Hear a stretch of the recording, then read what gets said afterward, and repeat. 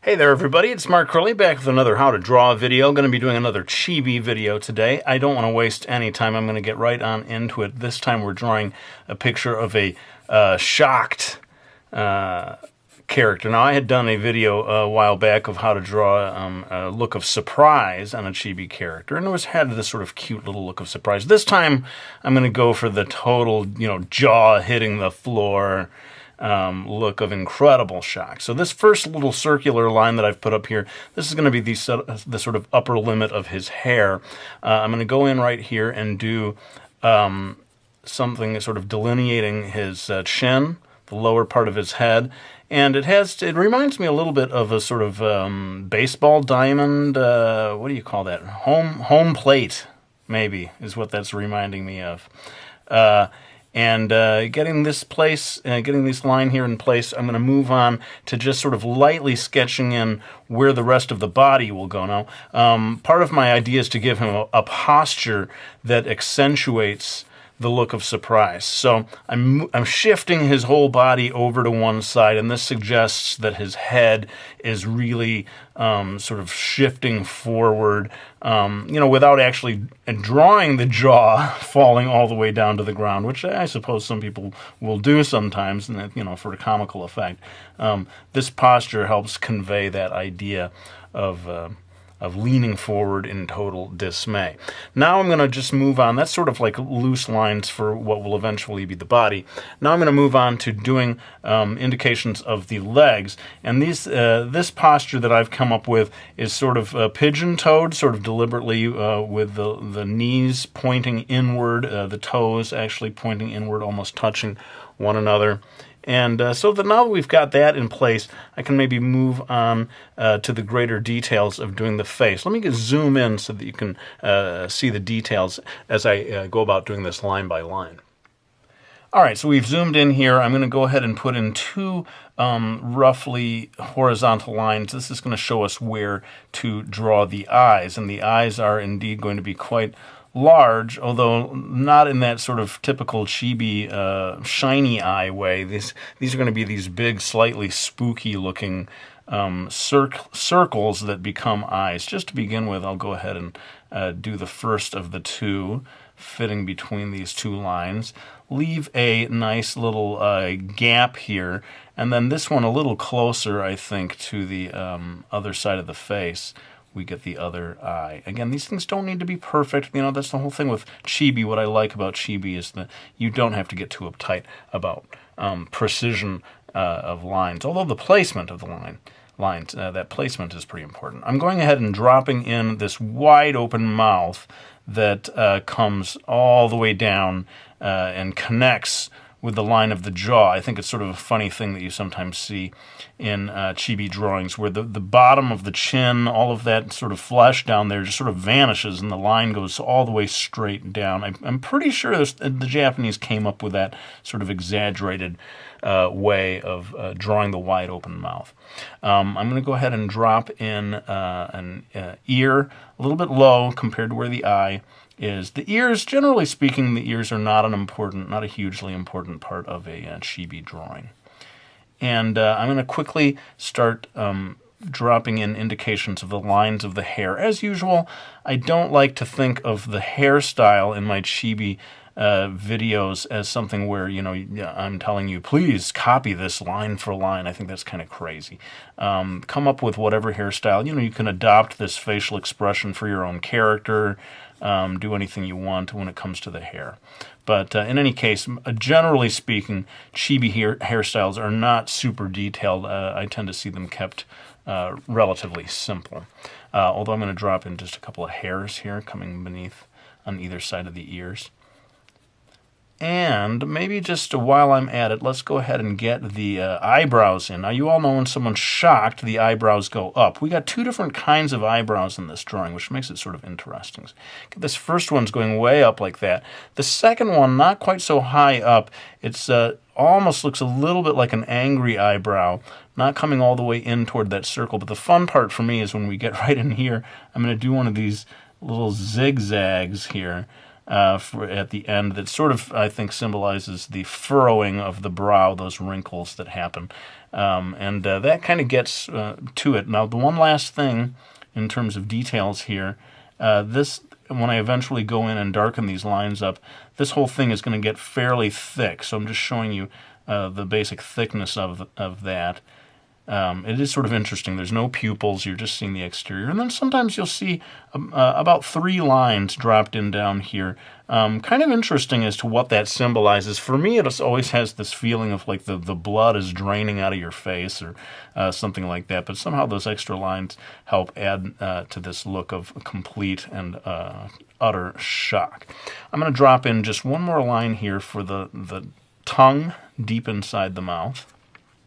Later on, when I finalize these lines and do shading and so forth, we'll be getting into more with that. But let's just move on straight on to doing the body and the legs. Okay, so I definitely don't want to make this too much of a video about clothing choices. As I said, I sort of like the idea of people adapting this to their own characters. This guy, I've decided, you could see as I drew the background, that he's sort of going to be what they call a salaryman in Japan, the sort of office worker. And by the end of it, he is clearly, you will see that he's clearly seeing something that is totally causing his jaw to hit the floor at the office. I'm not going to tell you what it is. I'll let you guys tell me in the comments. I'm sure you'll come up with many interesting ideas for what it is that he sees that is producing this look of shock on his face.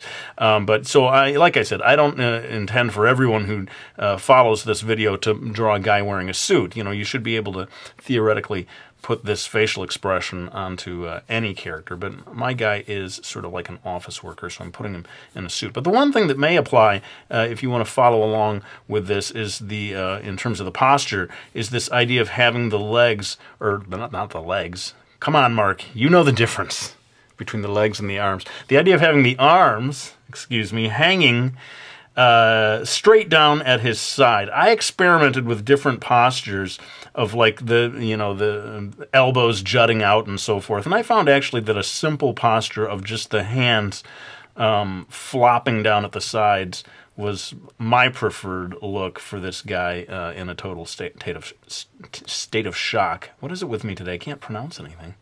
A tate of stock. In any case, we can move on now to the legs. I told you how we were going to do, and I am erasing here. I am erasing, people. Come on. And I'm going to go ahead and draw how I said the legs are pointing in towards each other, getting kind of knock-kneed. I think this goes a long way towards conveying that look of shock. And we get down here to the feet. I'm going to just do a simple line here for like the cuffs at the bottom of his suit pants. I think it's helpful sometimes to get just a little indication of wrinkles here on the sides of the pants. But again, I really never did intend for this video to be too much about the clothing. It's more about the facial expression. Speaking of which, I do believe it's time to pull back and get into the details of the face. Okay, so I have switched to my trusty black Prismacolor. I'm going to go ahead and in real time sort of do my inking process. We call it inking, though of course it's not real ink. It's just a black colored pencil, but I like using this rather than a pen. I feel like it gives me a softer line, which I like sometimes. Like, watch how I do this. When I do the hair, I can sort of let up on this, make it very delicate, and that way is when I go in to do the eyebrows, I can use a heavier, darker line, and that shows through the hair. That bugs some people. They're like, you can't see people's eyebrows through their hair, can you? But certainly with a cartoony thing like this, you want to be able to see those eyebrows. It's such an important part of the expression. I'm going to do one more thing just for fun, kind of on the fly here. I like the idea of one strand of hair sort of popping up. It may sort of accentuate that feeling of shock. Boing! As his hair goes popping up off the top of his head. Hope I didn't scare anyone with my little boing there. Going in here, and this is kind of important, I think, to getting that chibi look. I'm not just doing a single stroke of the pencil on this eye, the outline of the eye. I'm trying to make it of a uniform thickness. I have seen this sort of technique in chibi styles. To get that real look, there does need to be quite a sort of a thick border around the eye. Now, I know a lot of people have troubles with drawing circles, perfect circles. They get real hung up on that. You know, I don't punish yourself if you find it hard to draw circles that look perfectly circular to you. It's you know, it's challenging, and if you know, a lot of times artists will turn to they're almost like rulers. They have circles cut into them. Have you ever seen these? And they allow you to sort of trace around to create the circle. Those, you might invest in one of those. I've seen them in art stores. And that should be that in terms of getting the eyes penciled over. I'm going to go ahead and drop in those 1, 2, 3 lines. And we're ready to move on to the rest of this. I'm going to sort of ink that in, going over the bottom of the chin. See how it comes to a point? Not true of all chibi characters, but I see it quite often. And it's funny how this mouth has a certain squarishness to it, although the edges are rounded. And the tongue, I'm putting just a little more over to the left. See how it gets sort of concealed over there? A little more over to the left than to the right. Then I'm going to drop in this other ear, get those strands of hair in here. And I think it's time, in order to keep this video at a reasonable length, it's time to do the rest of the body in time-lapse. I'll pull back. Basically, you know, I'm going over lines that are already there, and I may just move right from there into the shading part of the video. So let's go ahead and adjust the camera so that I can move on to the next step.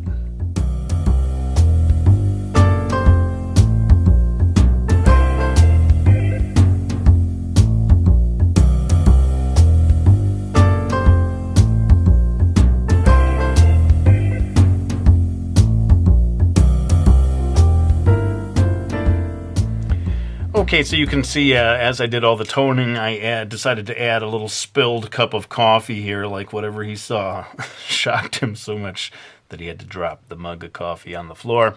I look forward to hearing your theories as to what it is that this guy is looking at. Oh, you know, there's one more thing before I go. I'm going to do one more thing. You would not think that you could have a sound effect associated with total shock, but you kind of do have one in Japanese. I'm going to go ahead and add that, and I'll be right back to explain it. Okay, so you can see I added here in Japanese, all in katakana, gan.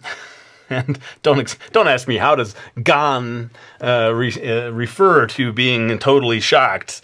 But it somehow does. It's just that big sound effect, maybe kind of like how we go dun dun dun dun or whatever.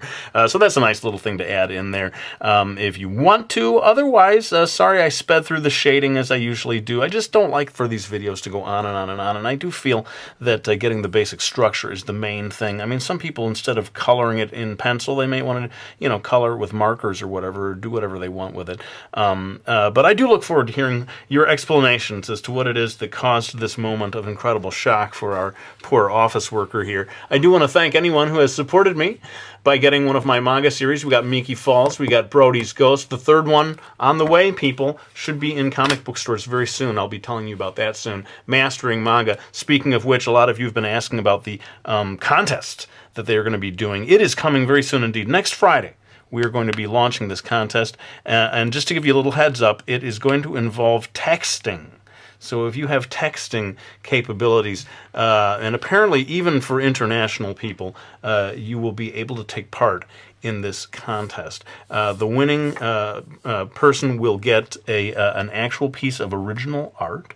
And let's just leave it at that. We'll be back next Friday, I'm hoping. That's what I'm shooting for with that official contest video. But for now, let me go ahead and lay down the pencil. I want to thank you all for watching this video. I hope you found it useful, and I'll be back with another one real soon.